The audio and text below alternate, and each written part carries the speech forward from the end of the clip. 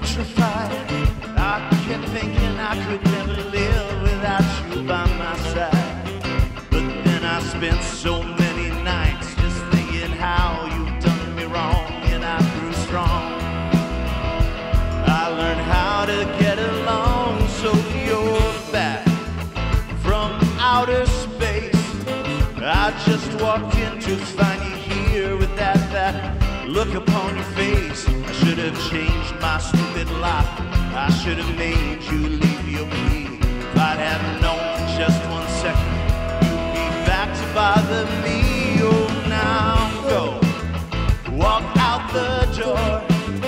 Just turn around now, 'cause you're not welcome anymore. Weren't you the one who tried to break me with desire? Did you think I'd crumble? Did you think I'd lay down and die? Oh, I will survive. Yeah, as long as I know how to love, I know I'll be alive. I've got all my life to live. I've got all my love to give. I will survive. I will survive. Yeah, yeah.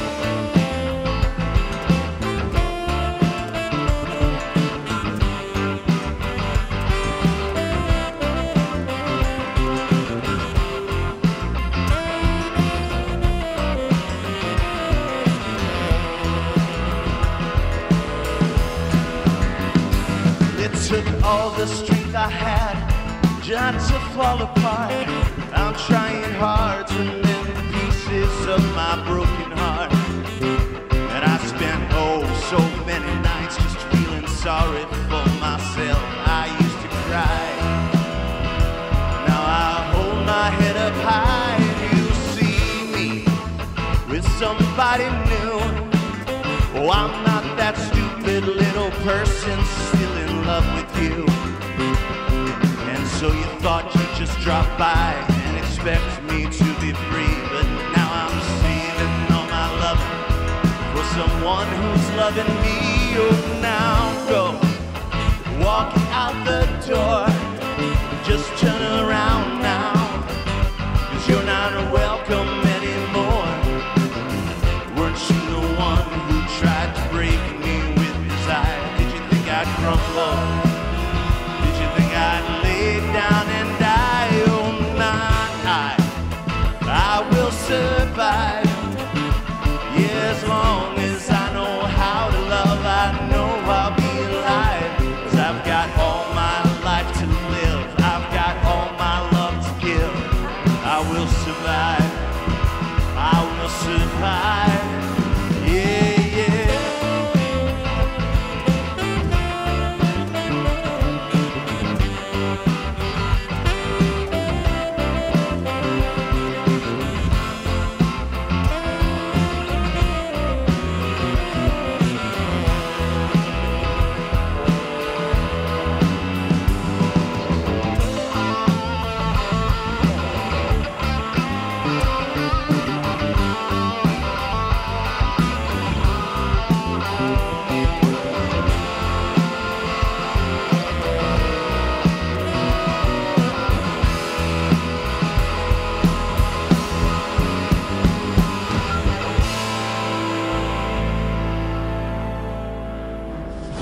As we start a brand new series at TerraNova, we're in the wilds of South Orange County.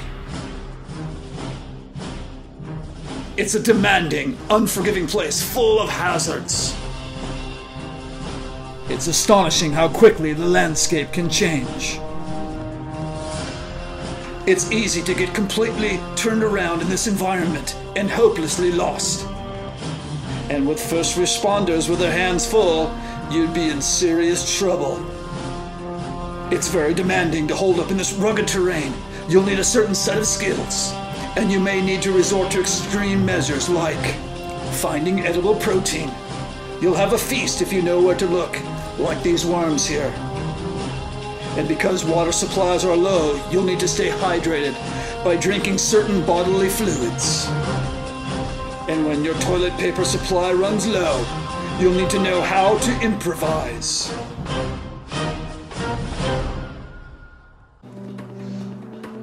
But now once we've mastered these skills, now the real challenge begins as we head off the hill. Down this way, take a look at this. Look at these neighborhoods. Tons and tons of people in these neighborhoods. This is where life happens, in these homes, in these neighborhoods.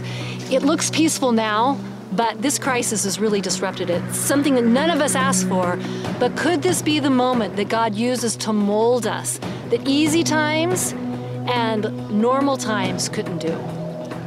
And that's our hope for us in this brand new series at TerraNova. So we're so glad that you tuned in with us. We're going to enter into part 1 of Surthrival coming up.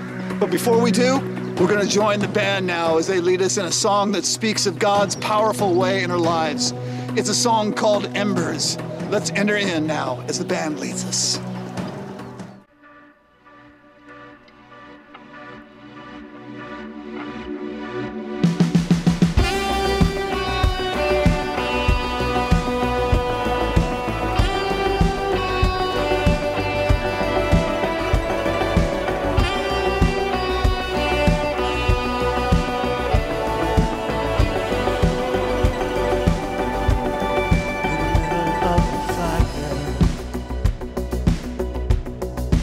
Everything is embers, and my heart remembers that you are here with me in the middle of the storm. When everything gets scattered, my heart will not be shattered. You are here with me. Whenever I call out your name,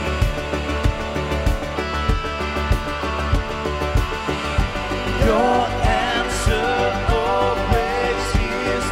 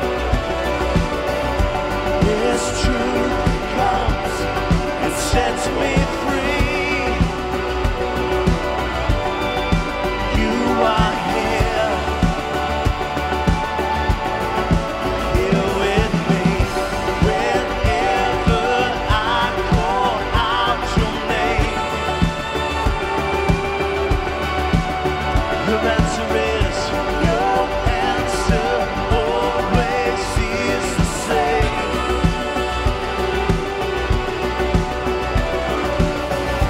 This truth comes and sets me free. You are here with me. Hey, TerraNova, thanks again for tuning in, for watching us, and gathering with us together online. So glad that you're here. We're going to learn a brand new song this week, and I want to encourage you, if you haven't already, to grab the app or print out the lyrics from the watch page on the TerraNova website and sing along with us, or at least familiarize yourself with these words. Great, great words in this uncertain time. We're going to learn them together and sing them together. The song is called See a Victory. Let's try it. Here we go.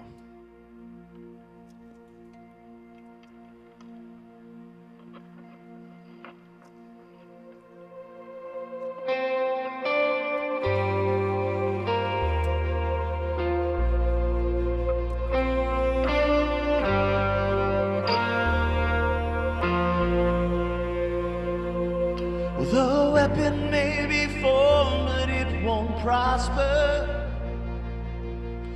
When the darkness falls, it won't prevail. 'Cause the God I serve knows only how to triumph. My God will never fail. Oh, my God will never fail. I'm gonna see a victory. I'm gonna see a victory. For the battle belongs to you, Lord. I'm gonna see a victory. I'm gonna see a victory. For the battle belongs to you, Lord.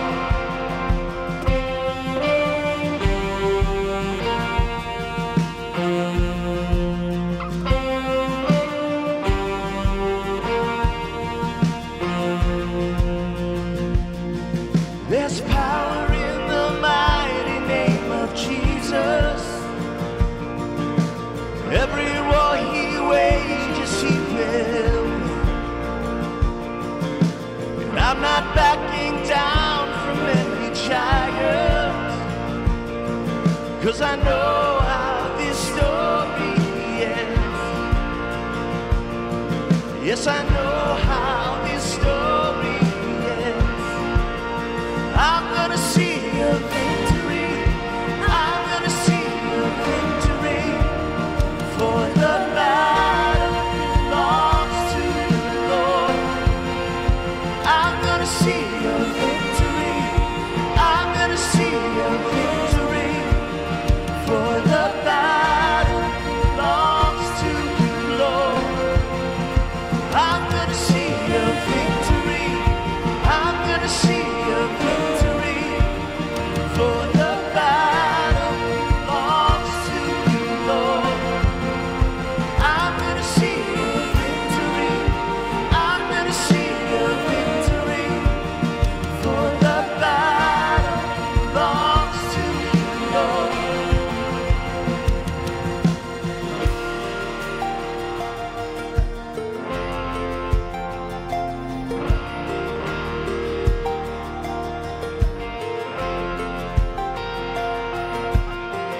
You take what the enemy meant for evil and you turn it for good. You turn it for good.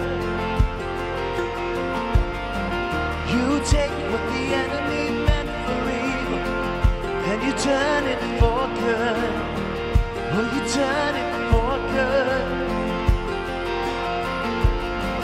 You take what the enemy meant for evil and you turn it for good. And you turn it for good.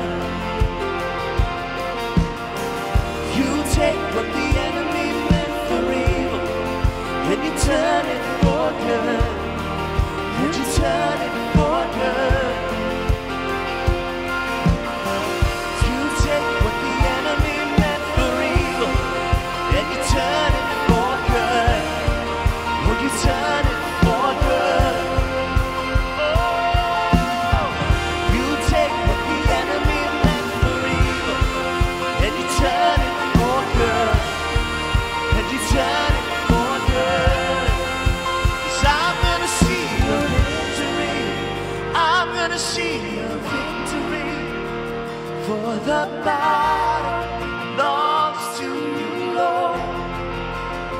I'm gonna see your victory.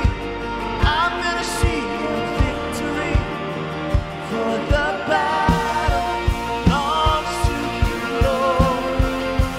I'm gonna see your victory. I'm gonna see your victory.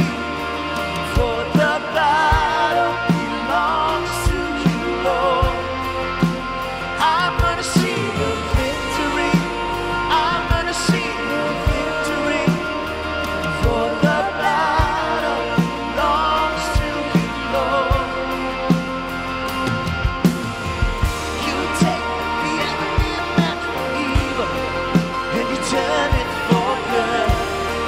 Will you turn it for good? You take what the enemy meant for evil, and you turn it for good. You turn it for good.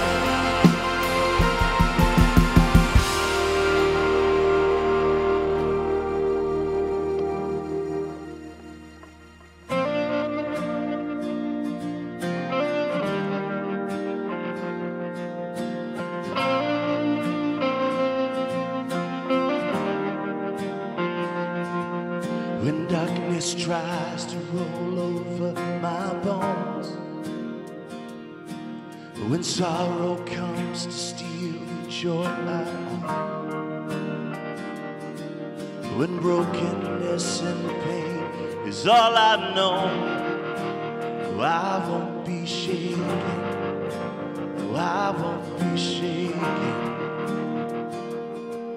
My fear doesn't stand a chance when I stand in your love. My fear doesn't stand a chance when I stand in your love. My fear doesn't stand a chance when I stand in your love.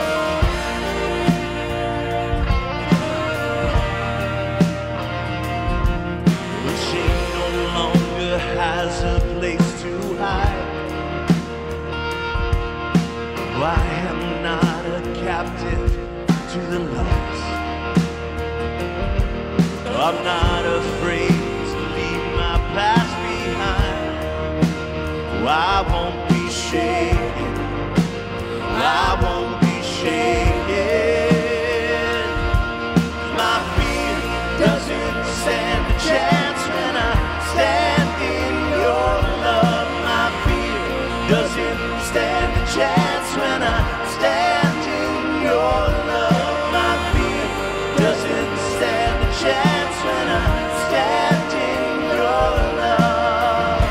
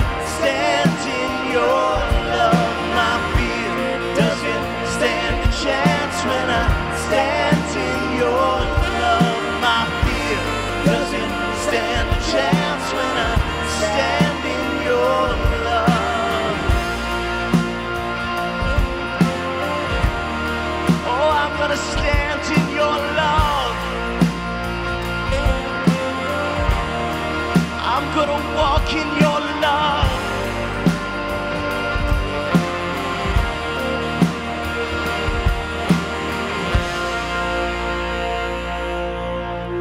Hey, thank you guys so much for leading us. Well, hey, I want to say welcome to TerraNova Online. My name's Scott, and we're just so glad that you're joining us, connecting with us this weekend. Well, hey, if you're watching us on Facebook or maybe on our TerraNova watch page, this is a perfect time to go ahead and just to jump into the comments section. You can say hi, interact with some of the people that you're watching with. Maybe share your mutual appreciation for this shirt. Maybe that's what you're thinking right now. Whatever it is, go ahead and interact with those people. And we would love just to make sure that at some point that you fill out a Connect card this weekend. You can get to that Connect card by looking at the TerraNova app, or there's some different links or buttons around you that you can click on. But it's our big hope that all the time, but especially now, that if there's a way that we can encourage you, support you, or pray for you, we would be able to do that. And so love to invite you to fill out that Connect card. And if by chance you've kind of connected with us over the past month, like online, you found out about us, maybe somebody shared us with you, we just want to say a special hi and a thank you for tuning in and for connecting with TerraNova. We're so grateful that you would, and we hope that you've had and will have a great experience. And I'd invite you to fill out a Connect card too. Maybe you've got some questions about us or some things that you're wondering about, or maybe there's something that you're going through that you'd love just to have us praying for with. So go ahead and spend some time filling out that Connect card. But over the past month, we've been doing so many different things online, including two things that I want to highlight really quickly. The first thing has to do with what we've been doing for our kids and our teens during this season. You see, it's our hope at all times that we would be prioritizing the next generation and partnering with our families. And so, in light of that, each and every week, our next gen ministry leaders have been putting in new videos and new lessons and great resources to help our kids, our preteens, our junior hires, our high schoolers stay connected to our church community and to be growing in their faith. And so if you are a parent of a kid all the way up through a high schooler, I love to encourage you to go on to our website every single week to ourterranova.com/nextgenonline. You can access that on the app too. But to spend some time with your kid each and every week, checking out the lesson and helping them to grow in their faith during this time. Well, another thing that we've been doing during the week is that we've been hosting some interactive prayer times on Facebook each weekday from noon to 12:15. So it's just 15 minutes to jump in, to share a prayer request, to pray for some of the other requests that are on there. And it's a great opportunity to kind of be recentered and focused during the middle of the day. So I'd love to invite you to spend some time joining us with that this Monday. Maybe you'll jump on the rest of the week, but it's a great time to be focused and to be praying with and for one another. Well, we mentioned it last week, but TerraNova, man, we have been blown away by your generosity during this season. This church community has really been making God's care, God's selflessness, God's compassion, and God's love famous in some really tangible ways. And so we want to continue to say thank you so much for showing up and being the church. And just as you have been so generous, we want to invite you to continue to lean into that generosity. You can continue to give throughout the week by jumping on our app or on our website or even mailing a check into the church offices. But the big thing we want you to hold on to is that together, this community has been doing some really significant things to show up and to love people really well during a time where there was a lot of questions and a lot of uncertainty in people's lives. So thank you so much for being such a generous and beautiful community. Again, we are grateful that you're joining us this weekend. And right now, we get to kick off a brand new series that we're really looking forward to, a series called Surthrival.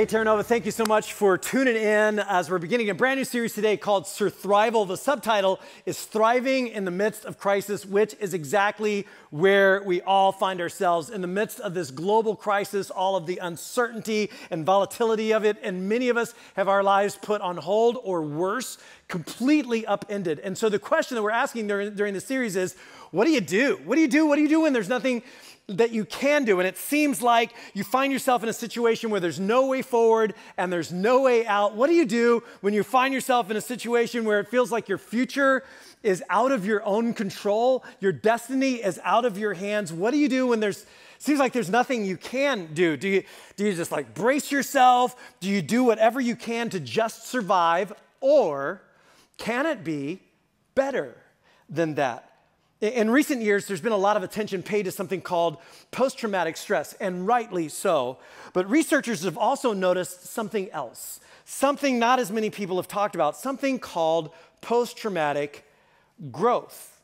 And the truth is, a crisis can wreck us. A crisis can sink us. A crisis can make us feel like our lives are just over, that there's no use going on. But here's the untold secret, the untold but well-researched secret, that crises can also create the context for our greatest growth and learning and transformation, that a crisis can be the seedbed for our greatest growth. In fact, we might take it even further than that. Jonathan Haidt is a social psychologist at New York University's Stern School of Business, and he writes a book called Happiness Hypothesis, and in this book, he talks about post-traumatic growth, and he says there's one line of thinking that says adversity can produce growth, that crises can be the context for our greatest growth. He says that's well proven, that's well established. But there's another line of thinking that actually goes further, that says people must endure adversity to grow. And in fact, the highest levels of growth and development are only open to those who have faced and overcome great adversity. Great adversity. And he admits, like, this is a little disturbing, because this means if we create societies where everyone is safe and our highest value is we just need to keep everything safe, then no one takes great risks and no one endures great loss. And as a result, he suggests, no one ever becomes the best possible versions of themselves, because quite possibly great adversity is needed for great growth. But, and this is an important point that he and others make, adversity does not automatically lead to growth. In fact, Nietzsche once famously said, "What does not kill me makes me stronger." But the truth is, and you and I know this, that sometimes what doesn't kill us crushes us and cripples us and sinks us and weakens our faith. And so the question becomes, how do we not only survive but actually thrive in the calamity, and maybe even because of it? And that's the question that we're looking at during this series. And Haidt and others suggest that the growth part of it depends on how we see and how we frame and how we respond. Now, today I want to take a look at a part of a letter that's written by James. And James had a rather famous brother. James's brother, you might know this, James's brother was, say it out loud, James's brother was who? Okay, I think I heard somebody say Jesus. That's exactly right. James was raised with Jesus, but James did not follow Jesus, and James did not believe in Jesus. And I think, honestly, I understand that, because how annoying would it be to be raised with a perfect brother? Are you kidding me? Like, he always does everything just, oh, look at Jesus eating his vegetables. Oh, Jesus folded his mat and put it nicely in the corner. James, why can't you be more like Jesus? I mean, how annoying would that be? And then in their later young adult years or later teen years, their father dies and they work the family business together. But then Jesus runs off from the family business and he's running around the countryside, like teaching and doing all these amazing things, and crowds are everywhere and people are singing his praises like, oh, James, you're Jesus's brother? That must be so amazing. Jesus is the best. And the only thing we ever hear James say about Jesus in the biographies of Jesus before his crucifixion and resurrection is snarky and sarcastic. And then Jesus is brutally and publicly executed and murdered. And James, after what we say is his resurrection, James becomes, and the Bible doesn't just tell us this, history actually tells us this, that James becomes the leader of the Jerusalem church, the leader of the Jesus movement in the city of Jerusalem, the epicenter of the Jesus movement. And I often think this, like, what would it take for you to become convinced that your brother is the Messiah, the Son of God, and your Lord? What would that take to convince you of that? And some of you are thinking, well, nothing would ever convince me of something like that. And James writes a letter. James writes a letter that's actually found in the documents that are collected that are part of what we call the Bible. And he writes this letter in the early 60s, not the 1960s, the original 60s, the 60s. It's right before a civil war breaks out and Jerusalem is completely destroyed by the Romans. And he writes this letter and he begins his letter, get this, James, a servant of God. We're like, okay, I get that. That makes sense. James, a servant of God and of the Lord Jesus, the Christ or the Messiah. And again, what would have to happen for you to say something like that about your brother? And to me, this is one of the most convincing proofs. And the week after Easter, it just maybe deserves to be said, that Jesus actually did rise from the dead. It's not the only convincing proof, but it's one of many convincing historical proofs that Jesus actually rose from the dead, because again, what would it take for you? And so James writes this letter. At the beginning of the letter, he says, consider it pure joy, my brothers and sisters, whenever you face trials of many kinds. You're like, okay, I'm not doing that. I mean, that just sounds silly. And of course you're not doing that. And I wouldn't even suggest that you should do that. This is James talking. I would never say that you should consider it joy when you face trials. But he says, I want you to consider it joy when you face, or maybe more accurately, when you fall into, when you're encompassed by, when you look up and you find yourself just surrounded by trials, by adversity, by the things that are testing your mettle and testing what you are made of. And as James writes this, he is not writing hypothetically. In his lifetime, he has experienced incredible adversity his entire adult life following the crucifixion and resurrection of Jesus. The city of Jerusalem, where he lived and led, had become a very hostile place for Jesus' followers because many people believed, but many powerful people still opposed them. People who had crucified Jesus still opposed the Jesus movement and persecuted and imprisoned and even killed many of the followers of Jesus themselves, which created, of course, a very serious physical challenge for them, but it also created serious economic challenges for things like business and buying and selling, because they were treated as outcasts and outsiders in the communities that they had grown up in. Meanwhile, there's a civil war brewing, and there's growing violence in the city and surrounding, and between the masses and the Roman Empire, and between the masses and the ruling class, as economic policies have left an increasing percentage homeless and day laborers on the farms and lands that they themselves used to own. And it is a powder keg. And then in the 50s, a terrible famine rocked that portion of the world. And James is trying to pastor or lead this community of Jesus followers through crisis after crisis after crisis. And when he talks about trials and adversities and calamity, he's talking about real life. He's talking about how it feels when you just face one thing after another, and it hits you like wave after wave crashing over you. And just as you begin to catch your breath, another one starts to sink you, and you find yourself going to that dark place. You know what I'm talking about? To that dark place, into that funk as your fuse starts to get shorter, or your point of view just starts to get darker, and it starts surfacing fears and anger and frustration and animosity and inadequacy and depression and control issues. And you want to eject, and you want to walk away, or you want to hide, or you want to just get through it. And James says, I want you to do something else. I want to challenge you to consider, to choose to think differently about what you're going through, to evaluate your situation through a different frame, the frame of joy. You're like, why? Why would I do that, James? Seriously, do you know my story? Do you have any idea what I'm going through?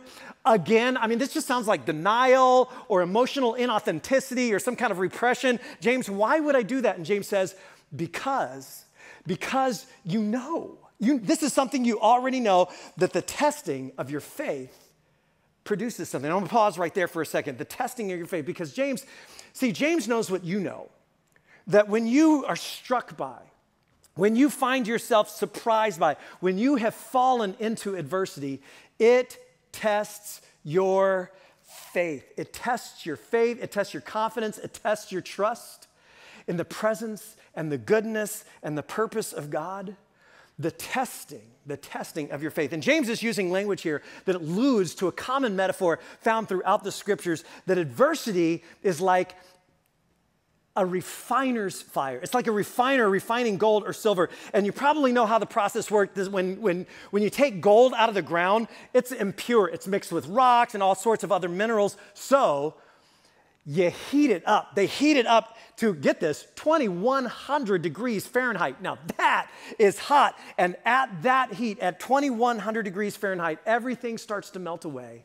And the dross, the impurities begin to float to the surface, and the refiner scrapes them off and applies more heat, and there's more impurity, and scrapes it off. And more heat brings up more dross, and he scrapes it off until, the legends used to say, until the refiner could see the reflection of his face in the gold. In other words, the heat, the fire, brings to the surface what's really inside. And maybe you've seen that happening in your own life recently. In the past few weeks, maybe, as I've talked to some people about how they're doing, they're like, hey, things are fantastic. It's like a staycation. We're at home, we're Netflixing, we're playing games, we're posting creative things with our kids on social media. It's been the best. It's like, okay, very nice, good for you. But for some people, and maybe for you, you're thinking, oh no, it's been more like National Lampoon's Vacation. It's like bringing out the worst in our family, and it's stoked the fires of conflict and friction in our relationships, which have survived over the years with long hours being away from each other. And now we're locked in each other, and there's no escaping all of that tension. And then many of us, they've lost jobs, you've lost incomes, it's placed your future in question, which adds all kinds of stress in your life that comes out and gets attached to various things, as does homeschooling, and trying to figure that out. And then for some of us, this crisis has just exacerbated another thing that was already going wrong in your life, and you already had a handful of things you were struggling to deal with, and all of this has just made everything so much harder. And for many of us, this has surfaced. It's surfaced emotions and surfaced reactions, anger, and fear, and panic, anxiety, animosity, judgment, depression, control, all of which was hiding neatly beneath the surface. But it ain't so much beneath the surface anymore, is it? And do you know why the refiner puts all of that heat on the gold? To bring it out. To bring it right to the surface. See, the gold might be in denial, but the refiner never is. And you and I, we might be in denial about how pure or impure we think we really are, but God is never in denial. And so the heat brings it up to the surface, and the refiner says, there it is. I knew that was in there. Let's deal with that. Let's deal with that so I can produce something beautiful in you. So here's a question for you. What has this crisis surfaced in you? What has this surfaced in you? And are you letting God deal with that? Are you being honest about it? And James says, here's why you should consider it joy. Here's why I want you to look at this completely different, because the testing of your faith produces something. It produces something beautiful. It produces perseverance. Perseverance. It's the pressure, the adversity, the heat that produces perseverance and resilience and grit and character, the strength of character that stands up in the crisis and adversity with courage and doesn't cave and doesn't give in and doesn't run away. Sheryl Sandberg and Adam Grant have recently written just a wonderful, fascinating little book about this subject. It's called Option B, and the subtitle, I love the subtitle, Facing Adversity, Building Resilience, and Finding Joy. And Sheryl is actually the COO of Facebook. But a few years ago, she lost her husband and the father of her young children in a heart attack just like that, and he was gone. and her life was sent into a complete tailspin, as you can imagine, and hence the title of the book, Option B. And she writes this book with her friend and organizational psychologist from the University of Pennsylvania, Adam Grant, and they define resilience. They define resilience, I love this, as the strength and speed. The strength and speed, the strength and speed of our response to adversity. And they say, and we can build it. It is not a set point in your life. You can grow this, you can build this, because you know, James says, that the testing of your faith builds resilience, produces perseverance. Now, here's the thing. You can experience adversity and never build resilience. But you cannot build resilience without experiencing hardship and adversity. But it's a choice. It's a choice. It's a choice to lean into it, to allow my character to grow. And so James says next, so let that happen. Let that happen. Let perseverance finish its work. In other words, allow resilience and strength to grow in you, to mature and develop in you, because God is at work. He's doing something in you. He's doing something beautiful in you. And you can hit the eject button. And you can hit the run and hide button. And you can hit the I don't need this, I am out of here button. And you can hit the alcohol button and the porn button and the weed button and the medicate button. And you can hit the self-righteous blame and deflect button like, no, it is all y'all. You guys got the problem. I do not have the problem. It is not me. And you can hit the fear button and the control button and the panic button and the safety button, and you can pull away from God. And you can try as best you can to pull away from the pain and pull away from the problem. But as you do so, James says, just wait. Before you do that, would you please just wait a moment, because God is up to something good in you. So let it finish its work in you so that you can be mature and complete in your life. In fact, the adversity in your life is often the focal point of God's activity in your life. Did you know that? That the adversity in your life, that greatest struggle in your life right now, that tension, that worry, that thing you're so afraid of, that conflict that is pulling a relationship apart, it's often the greatest struggle in your life that becomes the focal point of what God is wanting to do in your life if you will let it. So rather, James would say, rather than running from it, rather than fearing it, and frankly, rather than praying that you would just get through it, what if you were to lean into it and let perseverance finish its work so that you could be mature and complete, not lacking anything? In other words, you could become whole. If you will let this happen, you will be fully formed and you will become the best possible version of yourself. It's like, well, that sounds amazing. I want to be the best possible version of myself. Don't you? Like, James, I want to be mature. I want to be complete. I want to be the best possible version of me. How can I be the best possible version of myself? And James says, well, it's easy. You let perseverance finish its work in you. You're like, okay, and keep it coming. Like, okay, what else you got? Is there anything else? And James says, no. That's it. It's hardship. It's hardship. It's letting perseverance and resilience do its work in us that makes us deep and mature and emotionally healthy and strong and aware. And it's enduring hardship with faith, trusting that in the valley of the shadow of death, I will not fear evil because you are with me. I can't see you, but I am leaning into you in the dark. That enduring hardship with faith deepens our faith and our courage and our confidence in God. Adversity is often the focal point of God's activity in our life. So I was thinking about this. What if that's true, and I believe it is, if James is right, and I believe he is, what if over the next few weeks, in addition to praying, God, can you keep me safe? Will you keep me safe? Would you please keep me safe? Keep my loved ones safe, keep my kids safe, keep those people safe. Would you please just keep us safe? And there's nothing wrong with that. Cast all your cares on him. He cares for you. But in addition to praying, God, keep me safe. And in addition to praying, God, give me my job back. Can you give me my job back? Can I please get my job back? Could you please help the economy bounce back? God, will you please give me? And there's nothing wrong with praying that God will give you your job back. Cast all your cares on him. He cares for you.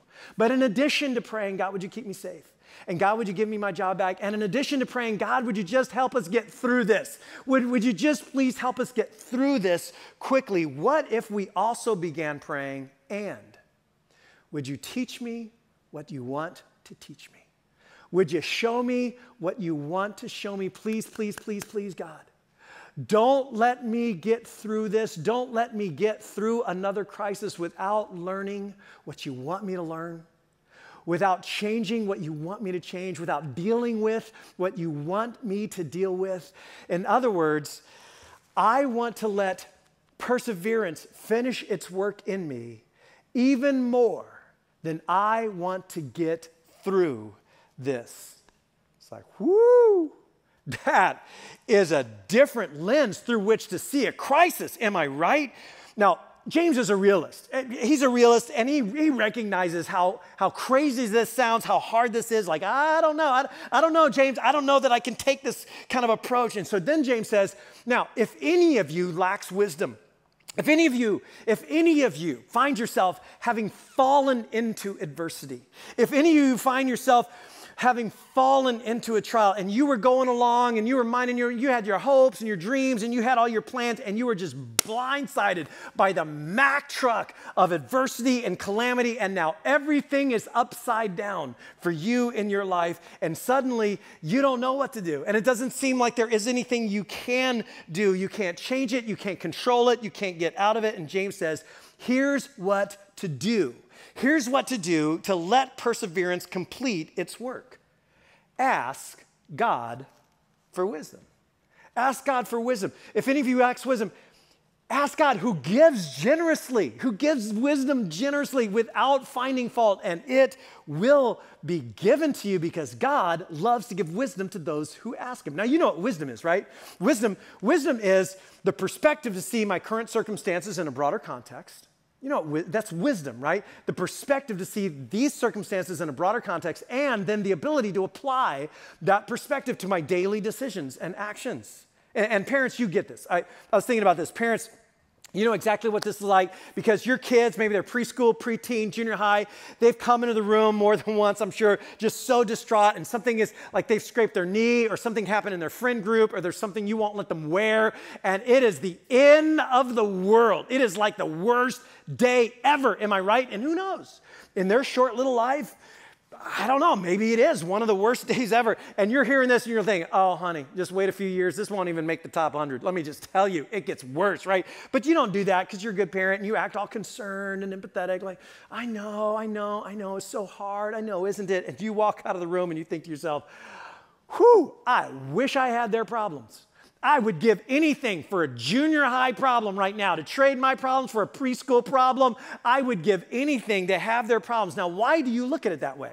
Well, because you have a 35-year-old or a 45-year-old or a 55-year-old perspective, and they have a 5-year-old or 10-year-old or a 15-year-old perspective. And then there's God's perspective. And imagine if in the middle of all this, in the middle of the meltdown, your kid, your junior higher or your little preschooler were to say, you know, wiping the tears away, like, Mom, this will never happen, by the way. Mom, can you just help me see as you see? Would you please just help me see as you see, so I could have a better perspective and maybe make better decisions with regards to this? Would you help me see what you see? Now, that's never going to happen, okay? But imagine if you were to begin to pray, God, would you help me see as you see? Would you help me see as you see? I need wisdom.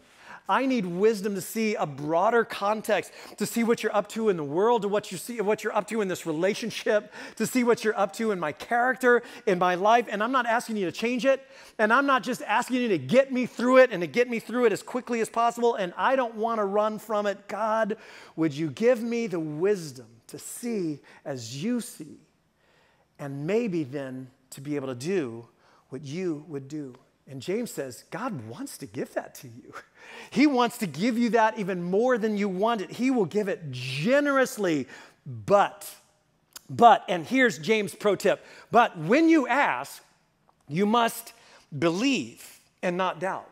When you ask, you must believe that God is for you, that God is at work in you.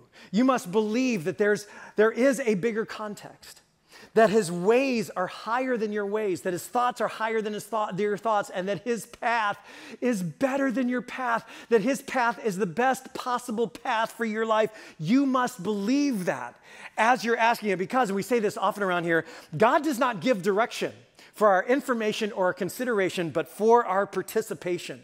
God doesn't give direction. He doesn't give wisdom. He doesn't give guidance for our information or our consideration. In other words, as you're praying, it's like, hey, God, I'm not really sure if I want to see what you see or how you see it. I'm not sure if I want to do what you want to do. And I'm definitely not sure that your path for my life is the best possible path for my life. But hey, if you want to just maybe drop a little wisdom on me, I will take it under advisement. That's the most I can offer, but I will do that. I will consider it. And God does not give wisdom for our information or consideration. And so James is saying, here's the pro tip. When you're asking for wisdom, ask leaning in. Pray leaning in. Pray expecting God to give that guidance. Pray expecting to act upon it. When you pray, lean in and believe that he wants to give you guidance and you are already walking into it. And then he tells us something that we all know and we've all experienced. He says, when you're asking for wisdom, you must believe and not doubt because, and you've experienced this, I have experienced this too, because the one who doubts in the moment that God really is faithful, that he is up to something good and beautiful in you and around you.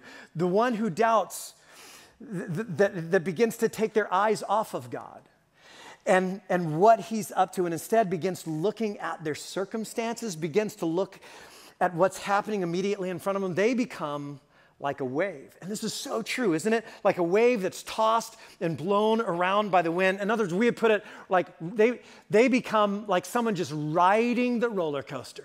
Just riding the roller coaster of their circumstances and their emotions, and they're up and they're down and they're here and they're there, and that's exactly how it feels, doesn't it? I mean, that's exactly how it feels. And we begin to think, is there any hope? Is there any point? Is there any reason to go on? And wisdom elevates my perspective to the broader context, but doubt fixes my perspective on the unpredictable now. And it's like the waves that are driven and tossed and always changing, and that becomes an undertow to my faith, and I will not let perseverance finish its work. And then James says something that sounds kind of harsh. He says, that person who's doubting, that person should not expect to receive anything from the Lord. Not, by the way, because God is mad. Not because God is mad. Remember, he gives generously without finding fault. Not because God is mad, but because my mindset won't allow me to receive the wisdom that God wants to bring into my life. And James says, such a person is this. And by the way, I have been this in the past few weeks. Such a person is double-minded and unstable. They are double-minded, and I have been this. I want this and I want that. I believe this and I believe that. God, I want to follow you and I want to protect myself. God, I trust you. You've got me. You've got this, and I am on my own, and I better do everything I can. God, you are always up to something good, and nothing good can come from this. I don't see how anything good could come, and consequently, because I'm double-minded and I'm here and I'm there, I am unstable and inconsistent. In other words, the opposite of resilient and mature and complete. And it's like James is saying, so which of the two do you want to be? Which of the two do you want to be? The best version of yourself or double-minded and unstable? Because you're going to be in the crisis anyway, but how do you want to come out of it? Because you see, eventually, we will be on the other side of this particular crisis. Eventually, there will be baseball. There will be sports. Eventually, there will be school and graduations. Eventually, there will be careers and jobs to be had. Eventually, there will be hugs and high fives. And eventually, there will be gatherings at TerraNova, and we can hardly wait. Eventually, we will be on the other side of it. Before we get too eager to just get through it, maybe the better question is, who will I be on the other side of it? Before you're too eager to just get through it, Who will you be on the other side of it? What will you have learned? How will you have grown? Will you be that healthier, better, more mature, wiser version of yourself because you let God do in you what he wanted to do in you and you let perseverance finish its work? Will you have thrived? Will you have just survived? Or will you have become double-minded and unstable?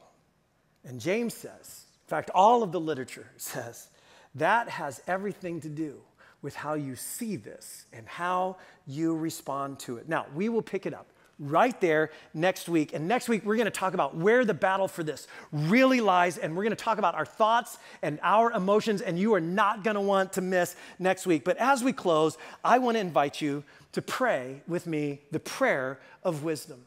God, give me the wisdom to see as you see. So I invite you wherever you are, just sitting where you are, to close your eyes if you can. Close your eyes.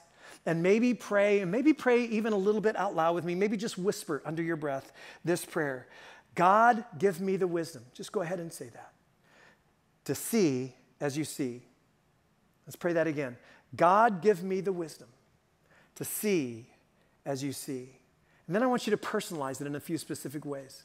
God, give me the wisdom to see me as you see. As the refiner who sees what's coming to the surface, what you want to deal with in my life, God, give me the wisdom to see me as you see. And then pray this. God, give me the wisdom to see people the way you see people. The people who are around me, the people I'm living with, the people who are running through my living room right now, the people that I'm finding so frustrating, the people who are pushing my buttons, the people who are underreacting or overreacting to this crisis, the people who go, God, would you please give me the wisdom before I react to see them the way you see them. And finally, God, would you give me the wisdom to see the world around me, to see the pain and the hurt and the desperation and the lostness that you want to meet and you want to mend and you want to heal the places where you're at work, because I believe you are actually up to something good.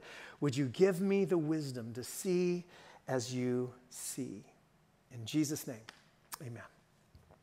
Well, hey, thanks so much again for joining us today. Really glad you could tune in. Before you check out, please, if you haven't already done so, would you fill out that Connect card, which you can do on your app, or if you're following on Facebook, there's a link right there in the comments section, or on our watch page, there's a link there as well. And we would just love to hear from you. We would love to be praying for you and with you during this season. And we've been saying for all this series, as you fill out those online Connect cards, for every single one of them, we're giving $2 for each of them to our Neighbors South County Outreach, and we've given $1,500 so far over the last few weeks. They are so grateful. We'll continue to do that. And speaking of giving, it is so easy to give during this season. Again, you can give on your app, you can give on our website, you can mail it or drop it by, and we are so grateful for the incredible generosity of our community that just frees us to be even more generous to the world around us. And finally, if you enjoyed tonight or today and you found it helpful, please share it with a friend